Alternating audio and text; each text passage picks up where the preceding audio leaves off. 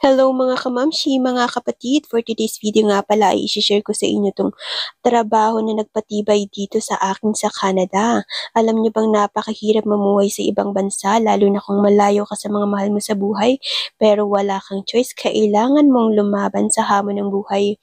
Eto nga pala yung trabaho na pangalawang trabaho ko nung na-open permit ako. Ibig sabihin ng open permit dito ay pwede ka nang maghanap ng employer mo or maghanap ng ibang trabaho. So, may trabaho ako sa umaga, yun yung unang trabaho ko, pangalawa ko 'to, part-time ko lang 'to. Pero tumagal ako dito hanggang sa naging full-time ko na. Nagsimula nga pala ako dito ng year 2016 at hanggang kasalukuyang 2023. So, tumigil lang ako dahil naka-maternity leave ako, malamang babalik pa rin ako dito. Ayan, sobrang hirap ng trabahong 'to kasi sobrang init, pero wala kang choice kasi kailangan natin talaga. Ayan, nung una sobrang mangiyak-ngiyak ako, akala ko hindi ko kaya, pero habang tumagal, kayang-kaya na, gano'n talaga tayong mga Pilipino, kayang-kaya nating mag-adjust lalo na kung kailangan natin. Sobrang sakit nito sa kamay at talagang pasma yung kalaban mo. Alam mo itong time na 'to hindi 'to busy kasi eto na yung nag-pandemic na kaya naka-face mask nga pala kami dito. Pero nung hindi pa nagpa-pandemic sobrang busy talaga lalo na kapag holiday, Saturday at Sunday at sobrang haba ng pila na halos hindi mo na makita yung dulo ng pila, gano'n siya ka-busy kaya talagang sobrang bilisan yung galaw. Pero nasanay na rin ang katawan hanggang sa parang nilalaro-laro mo na lang din. Eto na talaga yung, trabaho na nagpatibay sa akin dito. Nakapag-working student ako dito, na permanent resident ako dito, at hanggang inabot na rin ako ng citizenship ko dito. Kasi sobrang bait ng aming amo dito, napakabait talaga. Kaya nung nag-decide akong mag-working student, nagpaalam ako sa kanya. So nag-aaral ako sa umaga, sa hapon naman pumupunta ako dito at yun ang duty ko.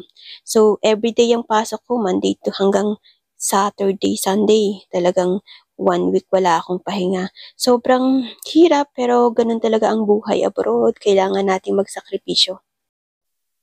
Eto nga pala yung ginagawa ko sa umaga kapag opening ako, kailangan ko gumawa muna ng sushi bago dumating yung mga customer. So, habang ginagawa ko yan, nagpapakulo na rin ako ng tubig para sa teriyaki. Eto nga pala yung Japanese food. And nandito kami sa fast food dito sa West Edmonton Mall. Etong West Edmonton Mall ay isa sa pinakamalaking mall din sa buong mundo. So, kaya tinatawag na malaking mall din to ay kasi meron na ditong water park, pwede ka na mag-swimming, pwede kang manood ng sine, meron ding golf, pwede kang maglaro ng golf, merong mga rides na pwede kang mag-rides, and meron ding skating. So, ganun. Kalaki din talaga tong mall na to. Hindi siya mataas, malawak lang din siya kasi pahaba siya.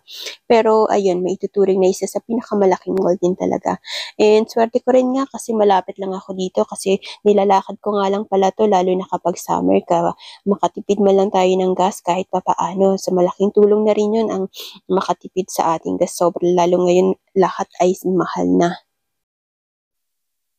Ayan, eto po ang talagang totoong buhay abroad. Kaya kung inaakala nyo na kapag nasa abroad ka, madali yung buhay mo, masarap yung buhay mo, hindi po. Kailangan mo talagang magtrabaho ng sobra-sobra.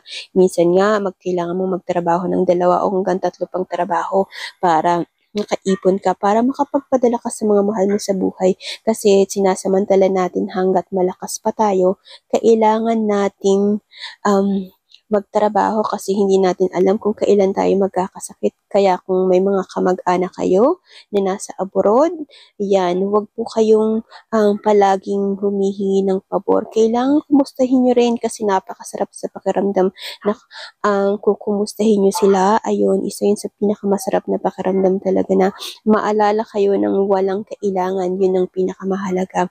Kasi sobrang hirap po mag-survive dito lalo na kung wala kayong mga kamag-anak dito na malapit sa inyo na pwede nyong hingi ng tulong kung kailangan. Meron lang kami mga kaibigan pero mga busy ang mga tao.